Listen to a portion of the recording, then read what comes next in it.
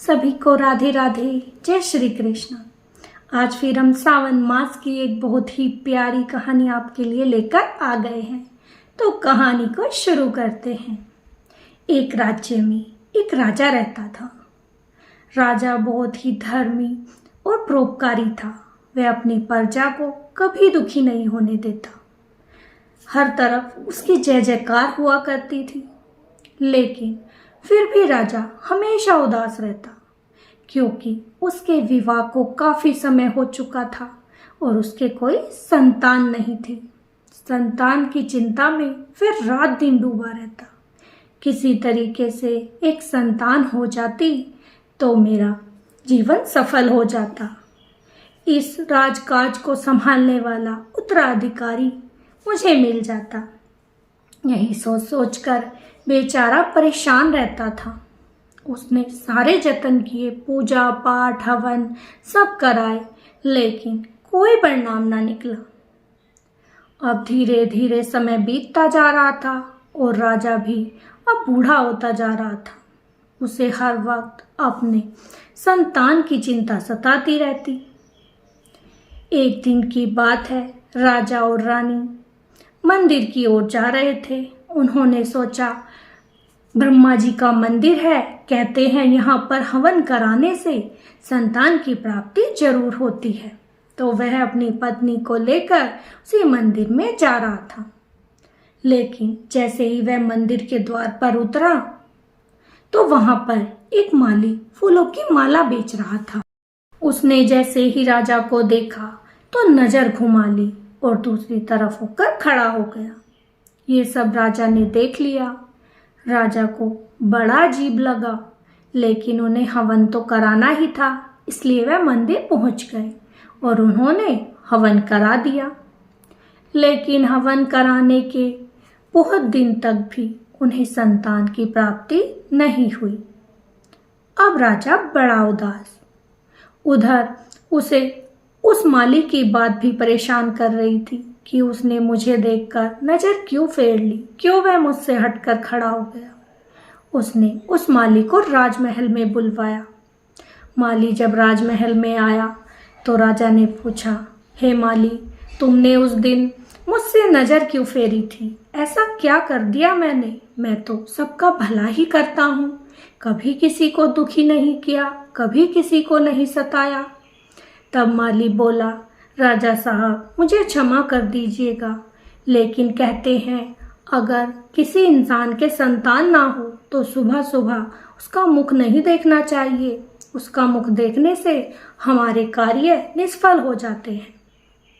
इसी कारण से मैंने उस दिन मुंह फेर लिया था। राजा बहुत ज्यादा उदास हो गया कि लोग अब मेरा मुंह देखने से भी डरते हैं। क्या मैं इतना बुरा हूँ? क्या भगवान, मैंने कभी किसी का भला नहीं किया?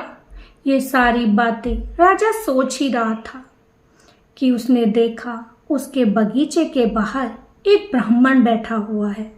उस ब्राह्मण को देखकर राजा ने अपने एक सैनिक से उस ब्राह्मण को अंदर बुलवा लिया। सैनिक ब्राह्मण के पास गया और कहा कि आपको राजा साहब ने अंदर बुलाया है। ब्राह्मण भी तुरंत अंदर आ गया। तब राजा के मुख पर उदासी देखकर वह ब्राह्मण कहने लगा, हे राजन, मैं जानता हूँ कि तुम इतने दुखी क्यों हो। समझ लो कि मुझे ब्रह्मा जी ने ही भेजा है और तुम्हारे इस दुख का निवारण करने ही आया हूँ। राजा साहब बड़े खुश हुए और उनसे कहने लगे, हे गुरुदेव, आप मुझे बताइए, मुझे संतान क्यों नहीं होती? क्या मैं इतना पापी हूँ? तब गुरुदेव कहने लगे, तुम्हारे पिछले जन्म में तुम्हें एक ज्ञानी ऋषि ने श्राप दिया था कि तुम्हें 7 पुश्तों तक भी संतान का सुख नहीं मिलेगा, इसीलिए तुम आज भी संतान से वंचित हो। राजा कहने लगा, तो क्या मैं संतानहीन ही रह जाऊंगा? ब्रह्मा जी का हवन करने के बाद भी मुझे संतान प्राप्ति नहीं होगी? गुरुदेव कहने लगे, उसी का निवारण करने आया हूँ राजा। ले, ये कुछ चावल ले और इनकी खीर बनाकर तुम और रानी दोनों खा लेना। इसके 3 महीने बाद तुम्हें पुत्र की प्राप्ति होगी। लेकिन ध्यान रहे राजा, लड़के की उम्र 20 वर्ष से ज्यादा नहीं होगी। राजा सोचने लगा, चलो 20 वर्ष ही सही, कम से कम ये निसंतान होने का कलंक तो हट जाएगा। वह खुशी खुशी उस ब्राह्मण को दान दक्षिणा देकर वहां से विदा कर देता है और उन चावलों की खीर बनाकर वह रानी के साथ खा लेता है। अगले 3 महीनों में ही रानी गर्भवती हो जाती है और 9 महीने बाद राजा के महल में एक सुंदर लड़के ने जन्म लिया। चारों तरफ शहनाइयां बजने लगी, ढोल नगाड़ों की आवाजें आने लगी, खूब खुशियां मनाई गई। राजा बहुत खुश था कि चलो अब मुझे संतान भी हो गई। अब राजा ये बात भी भूल चुका था कि उसके बेटे की उम्र सिर्फ 20 साल है। वह खुशी खुशी अपने बेटे को पढ़ाता लिखाता सारे कार्य करता। धीरे धीरे समय बीतने लगा और लड़का अब जवान होने लगा। लेकिन लड़का बहुत ही ज्ञानी था। वह भोले बाबा का भक्त भी था। वह भोले बाबा की पूजा पाठ किया करता था। उधर जब 18 साल का लड़का हो गया तो राजा को एक दिन याद आ गया कि मेरे बेटे की उम्र तो सिर्फ 20 साल है, क्यों ना मैं इसका विवाह कर दूं। ये अपनी जिंदगी जिएगा और क्या पता मुझे इससे एक पोता मिल जाए, मेरा वंश तो आगे बढ़ेगा। यही सोचकर राजा ने अपने प्रिय मित्र की लड़की से उसका विवाह पक्का कर दिया। जो उसके मित्र की लड़की थी वह राजकुमारी भी भोले बाबा की परम भक्त थी और उसका एक नियम था कि वह रोज भूखे को भोजन कराने के बाद ही भोजन किया करती थी। जब उसका विवाह राजकुमार के साथ हो गया तो वह राजमहल में भी यही कार्य करने लगी। चिड़ियों को दाना डालना, पक्षियों के लिए पानी रखना और भूखों को भोजन कराना, ये सब करके ही वह भोजन किया करती थी। उधर समय तेजी से बढ़ता जा रहा था और वह दिन भी आ गया जिस दिन राजकुमार की मृत्यु लिखी हुई थी। राजा उस दिन सुबह से ही दुखी परेशान, ना कुछ खाया ना कुछ पिया और अपने कमरे में लेटा हुआ था। उसकी हालत बिल्कुल बीमारों जैसी हो गई। राजकुमार को जब पता चला कि उसके पिता की तबीयत खराब है तो वह उसे देखने उनके कक्ष में चला गया और उनकी सेवा करने लगा, उनके चरण दबाने लगा। उधर यमराज ने अपने 2 दूतों से कहा, जाओ राजमहल में चले जाओ और ठीक 1 घंटे बाद इस राजकुमार के प्राण हर के मेरे पास ले आओ।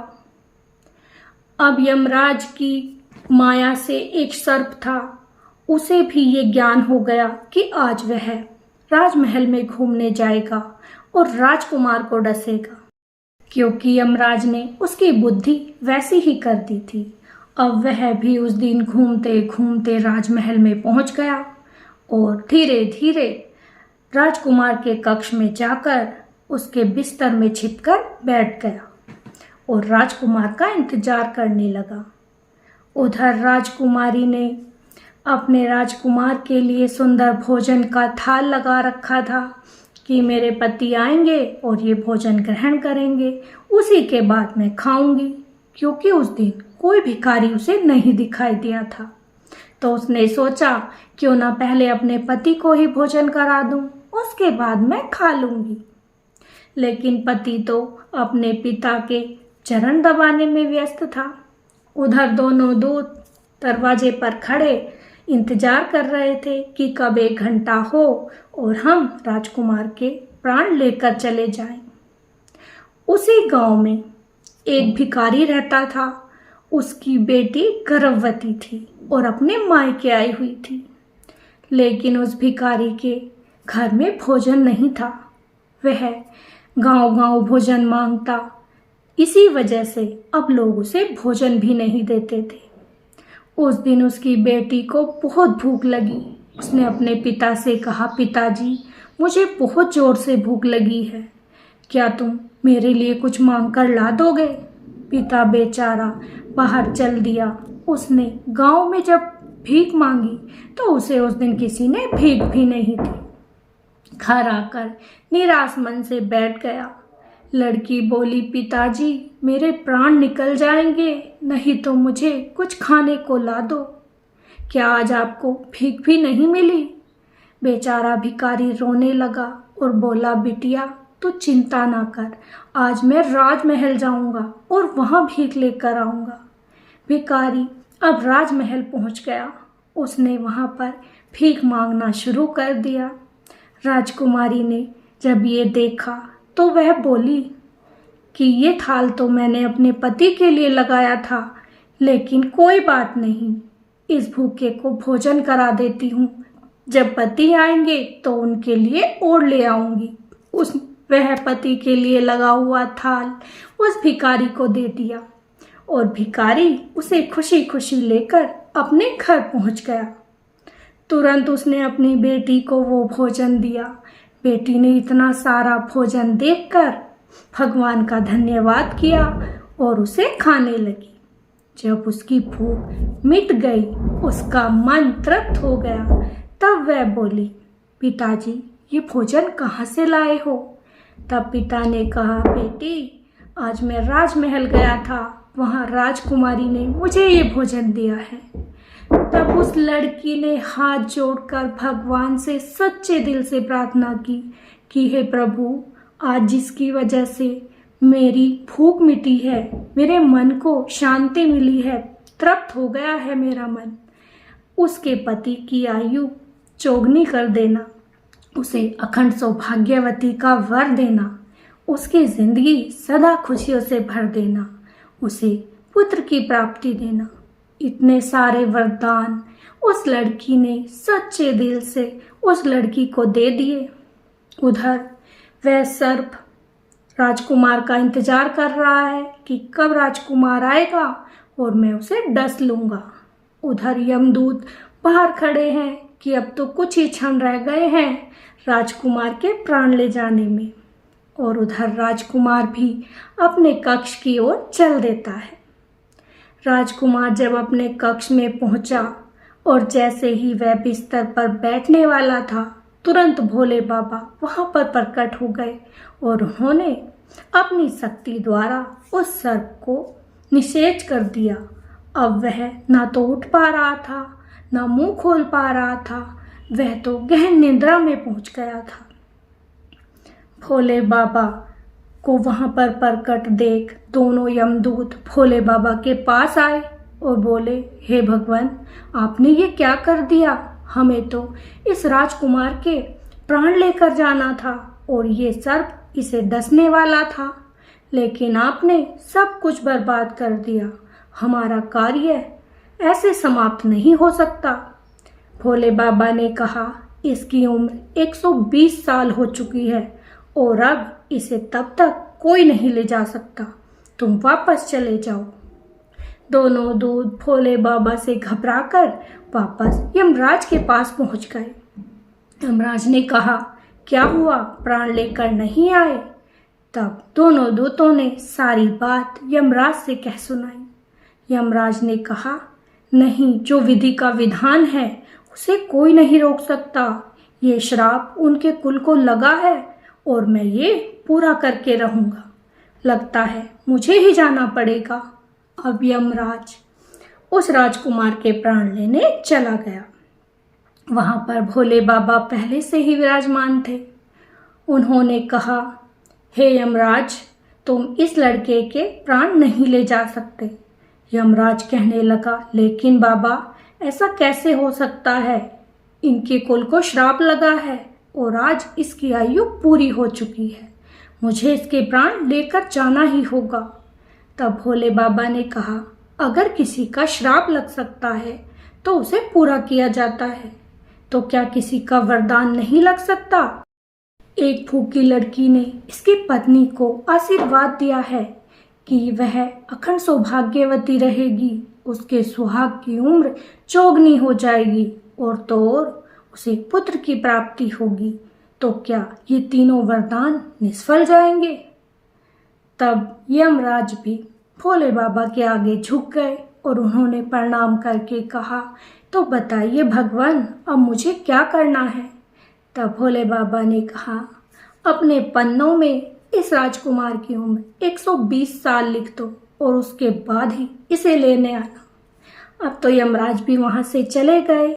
उधर लड़के का पिता यही सोच सोच कर चिंतित हुए जा रहा था, लेकिन जब अगला दिन हो गया और उसे पता चला कि उसका बेटा जीवित है तो वह बहुत खुश हुआ। आप सब खुशी खुशी महल में अपना जीवन बिताने लगे। तो इस कहानी से हमें यही सीख मिलती है कि अगर हम किसी भूखे को भोजन कराते हैं तो उसका आशीर्वाद हमें फलता है। जब कोई दिल से हमें आशीर्वाद देता है तो वह कभी खाली नहीं जाता। इसीलिए हमें सत्कर्म करने चाहिए, चिड़ियों को दाना और पानी देना चाहिए, भूखे को भोजन कराना चाहिए। उनके दिए हुए आशीर्वाद हमें कब फल जाए कोई नहीं बता सकता। तो बोलिए हर हर महादेव। फिर मिलेंगे। राधे राधे। जय श्री कृष्ण।